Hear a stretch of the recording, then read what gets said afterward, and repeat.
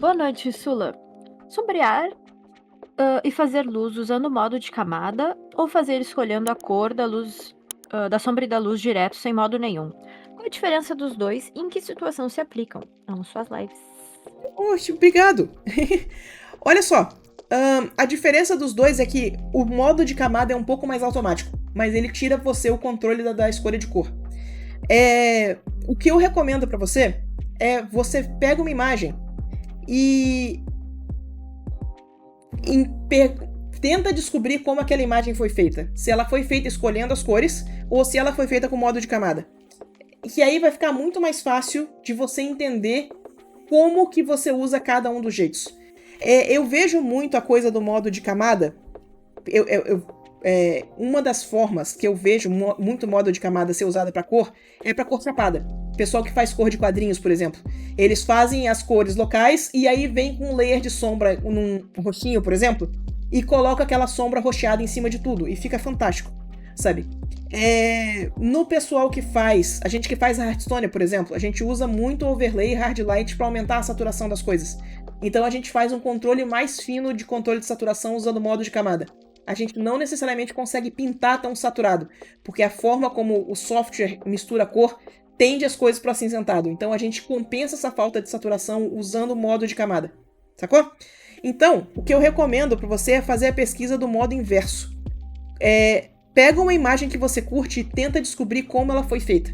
Que eu acho que você vai ter um sucesso maior em entender como e quando você usa cada um desses modos de camada. Vai fazer um pouquinho mais sentido quando você vê o resultado, e aí vai começar a entender como que a gente usa as camadas para aquele resultado específico.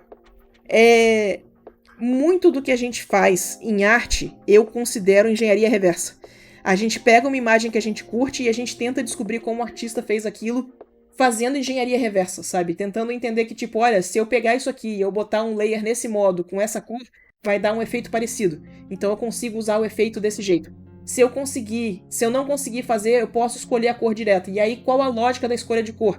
Ah, todas as sombras são mais saturadas, todas as sombras são mais quentes, todas as sombras são mais frias. Você vai começar a entender o padrão de escolha de cor que vai te dar aquele resultado, sacou? Então, não existe um método que é superior ao outro, não existe uma regra fixa para quando você usa um ou outro. Mas eu recomendo você pegar uma imagem que você gostou do resultado, que você queira entender como é que ela funciona e tentar descobrir como aquela imagem foi feita, que vai fazer muito mais sentido quando que você faz essas escolhas de modo de camada, de quando que você escolhe cor, esse tipo de coisa. Faz sentido? Nós.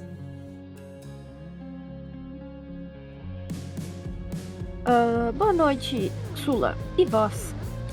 Eu diria que tô na etapa entre o básico e o intermediário. Pensando se tento entrar no curso de mídias digitais que eu realmente quero, ou fico só estudando e procurando freela, Jesus. Tô burnoutado do mundo acadêmico e sem nenhuma grana. Ô bebê.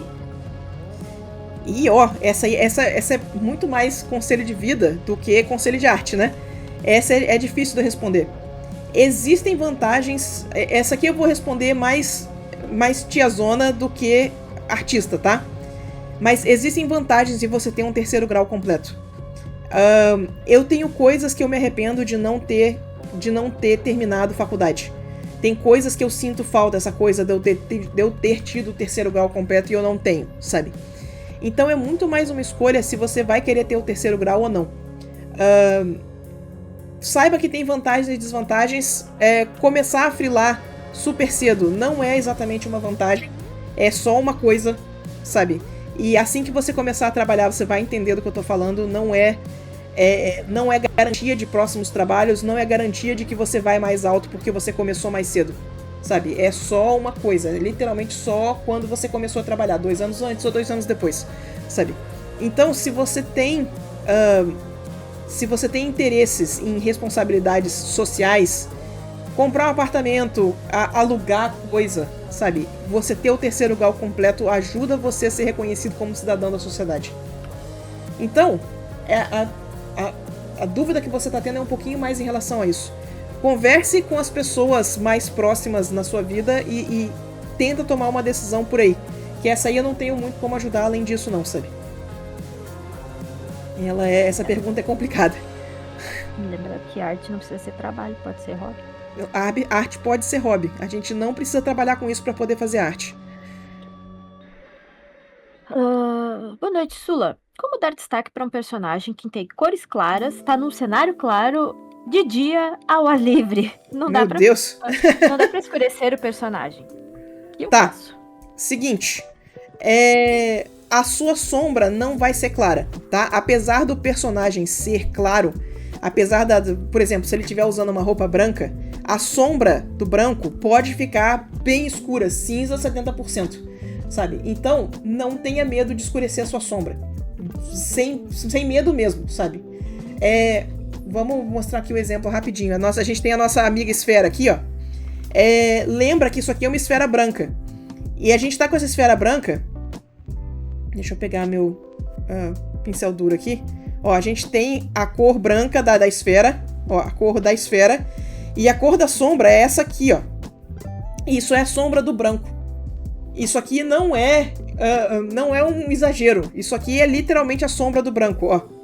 Ela é escura desse jeito. Deixa eu fazer aqui do lado pra ficar bem óbvio, ó.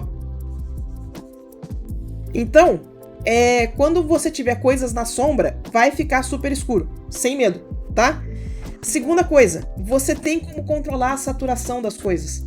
O seu personagem na frente pode ser mais saturado do que as coisas que estão atrás. Você pode deixar as coisas atrás mais monocromáticas. Você pode, por exemplo, realçar o amarelo na parte do personagem, porque ele está sendo iluminado pela cor do sol, e deixar todo o resto iluminado pela luz azul. Então, você fazendo esse quente e frio, você vai conseguir uma sensação de destaque do mesmo jeito. Então, quando você está travado nos valores, use os outros recursos para você... Peraí que eu quero achar um exemplo aqui pra vocês. Pra você poder fazer essa separação. Olha só. Esse aqui é nosso amigo Tyler Jacobson. Essa aqui é uma pintura que eu uso de exemplo com uma certa frequência. Repara só como é que o fundo aqui é todo claro. Olha como é que ele consegue fazer a separação de céu, de cidade, de montanha, usando só saturação. É uma situação toda clara, essa cidade aqui no fundo. Mas ele consegue dar essa sensação de profundidade usando quente, frio e controle de saturação. Sacou? E aí você começa a pensar que aqui na frente, os goblins que estão aqui na frente, ó, os orcs que estão aqui na frente, eles são o oposto. Eles são todos muito escuros. Até o fogo é escuro. Ele pegou e botou esse fogo mais escuro possível, sem fugir da escala de valores. Então ele aumenta a saturação. O fogo parece brilhante porque ele tá saturado, mas ele é escuro. Comparado com esse efeito de magia de fogo que tá aqui no centro, olha como é que esse fogo daqui da frente é muito mais escuro. Então, quando você não pode mexer nos valores, você mexe nas outras características da arte. E aí você consegue fazer contraste do mesmo jeito. Faz um pouquinho mais sentido? Então, essas duas coisas. Oi! Me passou na cabeça aquele exercício de paleta reduzida que tu fez. Acho que é Sim. Emma Watson. Boa! Deixa eu pegar ele aqui também, peraí. Acho que um é o Emma Watson e o outro é o DiCaprio, né? Isso. Ah, tá no meu site esses aqui direto. Uhum. Olha só, um dos estudos que eu fiz pra entender como é que usava esses valores foi esse aqui, ó. Eu fiz esses retratos aqui em que eu tentei usar a menor quantidade possível de contraste e ainda parecer uma imagem completa. Então, você vê como é que a gente consegue controlar. Olha só. Nada disso aqui tá com super contraste. Mas olha como é que parece uma peça completa do mesmo jeito. Sacou? Então, se você quiser fazer um exercício de paleta reduzida desse tipo, joga grande parte dos seus valores fora e tenta fazer a imagem parecer completa do mesmo jeito. Dá um exercício bem interessante. É pouquinho escuro mesmo, sabe? Faz a imagem toda no claro, que fica bem massa. Ó, a Emma Watson. Isso aqui é uma sessão de puxa-ferro artístico, fazer esse tipo de coisa. É legal pra caramba.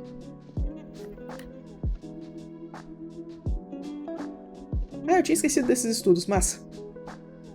Podia fazer eles de novo também, tá na hora.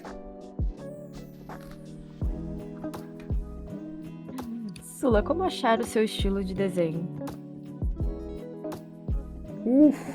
Só pergunta complexa hoje, hein, galera? Só bola curva pra Sula. Olha só. Eu tenho alguns pensamentos sobre isso. E eles são um pouquinho conflitantes. Então eu vou deixar essa bomba com vocês. Vocês escolhem qual deles você prefere. Eu tenho a sensação que estilo é igual fazer caligrafia. Quando você aprende a escrever, todo mundo aprende a escrever fazendo caderninho de caligrafia, todo mundo escreve igual. À medida que você vai saindo da alfabetização e vai chegando no ensino médio, cada um escreve de um jeito diferente. As pessoas já pegaram vícios, as pessoas já pegaram macetes, e aí você desenvolveu a sua letra, sabe? E essa letra você nunca pensou exatamente em que vou fazer isso aqui é a minha letra. Você só escreve de um jeito que é confortável pra você e faz sentido, e você manteve escrevendo desse jeito. E as pessoas reconhecem que foi você que escreveu porque é a sua letra, né? Então eu vejo o estilo acontecendo um pouquinho desse jeito. À medida que você vai desenhando, você vai desenvolvendo macetes e jeitos de desenhar que vão ser característicos seus. E isso vai formar o seu estilo. No entanto, quando eu falava a respeito disso, teve uma amiga minha que ela falava que ela ficava com muito medo, porque tipo, e se eu não gostar do estilo que aparecer? E se eu não gostar desse estilo que surgir, sabe? Eu não sei exatamente como responder isso até hoje. Porque eu acho que a gente tem... por mais que eu descreva esse processo como um processo meio automático e meio... ele é consequência de você desenhar, né? Ele não é um processo que você tem 100% de controle sobre ele. Mas ele também é um processo que você, à medida que você vai aprendendo a desenhar, você vai tendo cada vez mais controle sobre as coisas que você consegue colocar no papel. Então, ele também não é essa coisa imparável. Qual palavra que eu quero usar aqui? Não é essa coisa inevitável, sabe? Como, tipo, o seu estilo... Incontrolável, exato. Ele não é essa coisa incontrolável que, apareceu o seu estilo e agora você tem que ficar com ele, porque agora ele é seu estilo. Não, sabe? Você consegue moldar e adaptar, e você consegue ir ajustando essas coisas à medida que você começa a ficar mais consciente do que são essas escolhas de estilo, sabe? Do que são essas escolhas, esses macetes e esses atalhos que a gente começa a pegar, que começam a fazer diferença no nosso trabalho. Sacou?